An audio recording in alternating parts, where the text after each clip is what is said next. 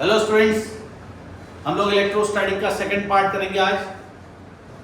यहाँ पे अपने पढ़ चुके थे कि चार्जेस क्या होते हैं। Charge is a fundamental property of matter which produces electric field और गिव्स इट्स रिलेटेड इफेक्ट। और चार्ज बनने के लिए, किसी भी चार्ज के मैग्नीट्यूड को देखने के लिए हमारे पास फॉर्मूला था Q is equal to NE।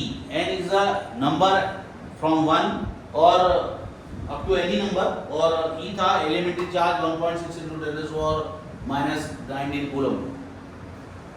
अब हम लोग देखते हैं कि अगर किसी बॉडी को रब करते हैं तो कितना चार्ज होता है, वो सब होता है। तो Q is equal to NE formula लगाना। अब आपको क्वेश्चन हम लोग पढ़ने जा रहे हैं वो है कि दो चार्जेस अभी हम लोग पढ़ने जा रहे हैं कि चार्ज जो होता है उसका एक क्वेश्चन आता है जो CBSE बोर्ड में बहुत फेमस है। Q1 plus Q2 equals to 0 and Q1 minus Q2 equals to 0।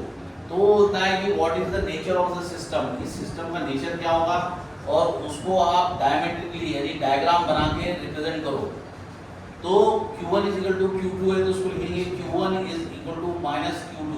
इसका मतलब ये है कि उसका मैग्नीट्यूड तो सेम है, लेकिन उसके जो चार्जेस हैं वो अपोजिट पोलैरिटी के, एक प्लस है तो एक माइनस है। लेकिन अगर दूसरी कंडीशन में देखेंगे तो होगा Q1 is equal to Q2।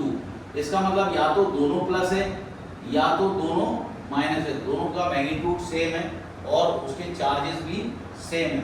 तो Q1 is equal to Q2। ये दो कंडीशन है, इन दोनों कंडीशन के आपको डायग्राम बनाने को आएंगे। जब अपोजिट चार्जेस है, देखो एक प्लस है और एक माइनस है, तो ये क्या हो जाएगा, रिपल्सिव। ये क्या हो जाएगा, रिपल्सिव हो जाएगा। और दोनों चार्जेस, अरे क्या हो गया, ये अट्रैक्टिव होगा, उल्टा लिख दिया हमने, अट्रैक्टिव होगा क्योंकि अपोजिट चार्ज अट्रैक्ट करते हैं, और ये रिपल्सिव होगा। समझ गए?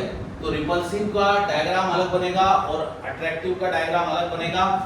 आपको क्या करना पड़ेगा, दो सेम साइज के ये बना लो आप, समझिए, गोले।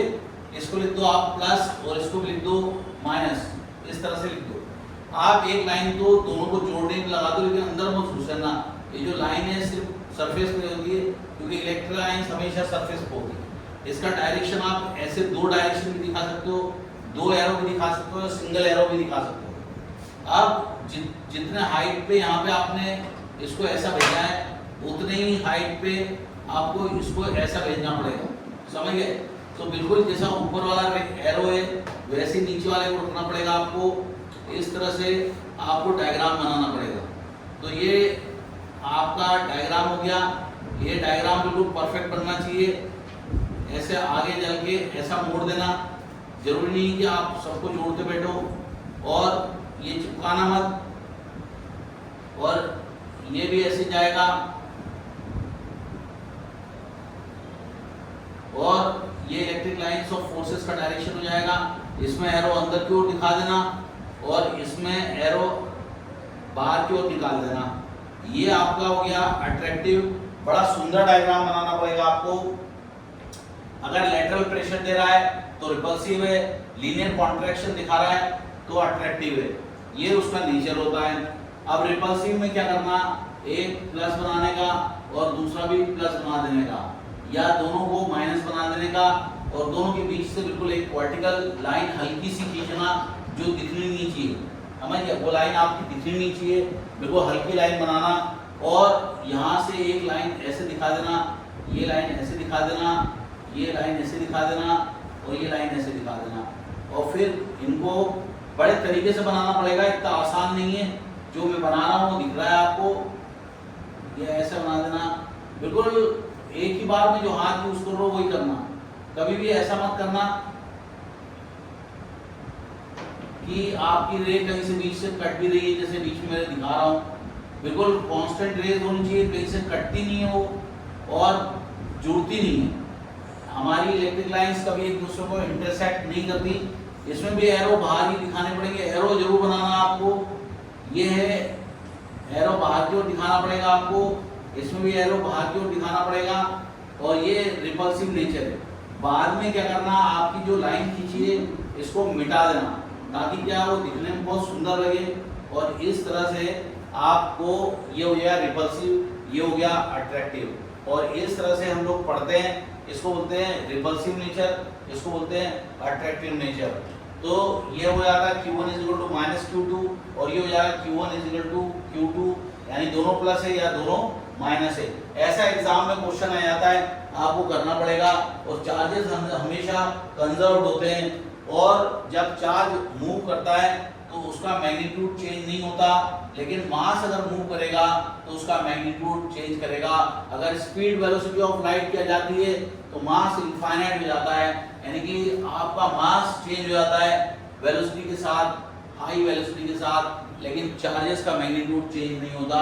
लेकिन जब चार्ज मूव करते हैं तो एक बार इलेक्ट्रिक फील्ड पैदा करेंगे, खड़े हुए होते हैं, और जब मूव करेंगे तो इलेक्ट्रिक तो रहेगी, साथ में मैग्नेटिक फील्ड प्रोड्यूस करते हैं, और जब वो एक्सेलरेटेड होते हैं तो इलेक्ट्रोमैग्नेटिक वेव्स का निर्माण करते हैं। अब हम लोग देखते हैं कि ये कूलम्स लॉ क्या है वो देख लेते हैं, और एक परमिटिविटी का कंसेप्ट देख लेते हैं। आप देखो, आप ठंडी के सीजन में ज्यादा रोटी खा पाते हो और गर्मी के सीजन में कम रोटी खा पाते हो, क्योंकि दांत भी वही रहते हैं, आंत भी वही रहती है, लेकिन आपके खाना खाने की कैपेसिटी बदल चुकी रहती है। तो जिस तरह से एटमॉस्फेयर आपके भोजन को प्रभावित करता है, उसी तरह से मीडियम इलेक्ट्रिक लाइंस को प्रभावित करता है। अगर आप किसी भी चार्ज को एयर और वैक्यूम में रखोगे तो आपकी एयर और वैक्यूम में सबसे ज्यादा इलेक्ट्रिक लाइंस ऑफ फोर्सेस वो पास करेगा। यानी कि अगर आपने ऐसा एक चार्ज ले लिया, मान लो 20 कूलम का चार्ज ले लिया या Q चार्ज ले लिया, ये प्लस Q चार्ज है, यहाँ पर भी एक चार्ज ले लिया और यहाँ पर भी एक चार्ज, और ये सारे चार्ज सेम है, यानी ये भी Q है और ये भी Q है, ये भी 20 है, ये भी 20 है, ये भी 20 है। आप यहाँ पे देखो, एक लाइन खींच दी मैंने, और यहाँ से जो इलेक्ट्रिक लाइंस निकल रही हैं वो इस तरह से निकल रही हैं। ये इक्विपोटेंशियल सरफेस है और इससे इलेक्ट्रिक लाइंस बाहर क्यों निकल रही हैं, हमें एरो तो बनाना ही पड़ेगा, क्योंकि इससे एरो बाहर क्यों निकलेगा, इससे भी एरो बाहर क्यों निकलेगा, और इससे भी एरो बाहर क्यों निकलेगा, क्योंकि ये पॉजिटिवली चार्ज है। ये एरिया हमने फिक्स कर दिया, मान लो 1 सेंटीमीटर स्क्वायर एरिया है, ये भी 1 सेंटीमीटर स्क्वायर एरिया है, और ये भी 1 सेंटीमीटर स्क्वायर एरिया है। समझ गए? इसमें से इलेक्ट्रिक लाइंस बाहर क्यों निकल रही हैं इस तरह से, इसमें से भी बाहर की ओर निकल रही हैं, इसमें से भी बाहर की ओर निकल रही हैं। अब देखो इधर, अब हम लोग मान लेते हैं कि ये जो है ये एयर और वैक्यूम है। एयर या वैक्यूम की स्पेलिंग कहीं करें VACCUM लिखते हैं, VACWM इस वैक्यूम होता है। तो इस तरह से 3 मीडियम है, ये मीडियम 1 हो गया, ये मीडियम 2 हो गया, और ये मीडियम 3 हो गया। तो जब आप देखोगे कि मीडियम 1 रहेगा जहाँ एयर और वैक्यूम रहेगा, अगर वहाँ पे 1 CR लाइंस निकल रही है यूनिट एरिया से, तो यहाँ पे इलेक्ट्रिक लाइंस हो सकता है 80 लाख हो, और यहाँ हो सकता है 50 लाख हो। तो मीडियम के अनुसार इलेक्ट्रिक लाइंस का वेरिएशन होते चले जाता है।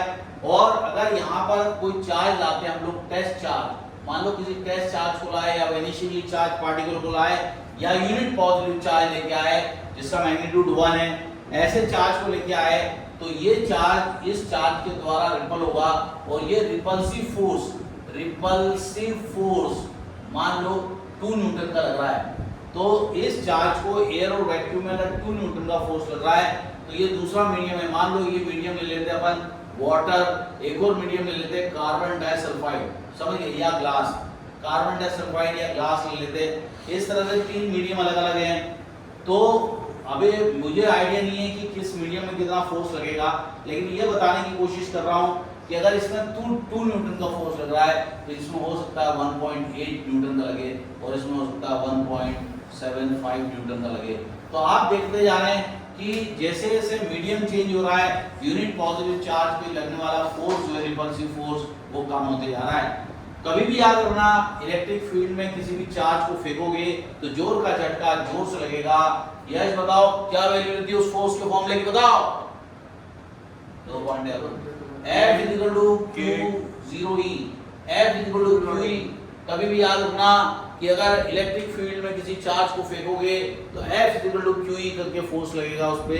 E is the electric field intensity, Q is the test charge, और F is the force experienced by the test charge in electric field। किसी भी पॉइंट पे कोई भी चार्ज इलेक्ट्रिक फील्ड कितनी महसूस कर रहा है, उसके ऊपर कितना फोर्स लग रहा है, तो उसके लिए फॉर्मूला होता है F = QE।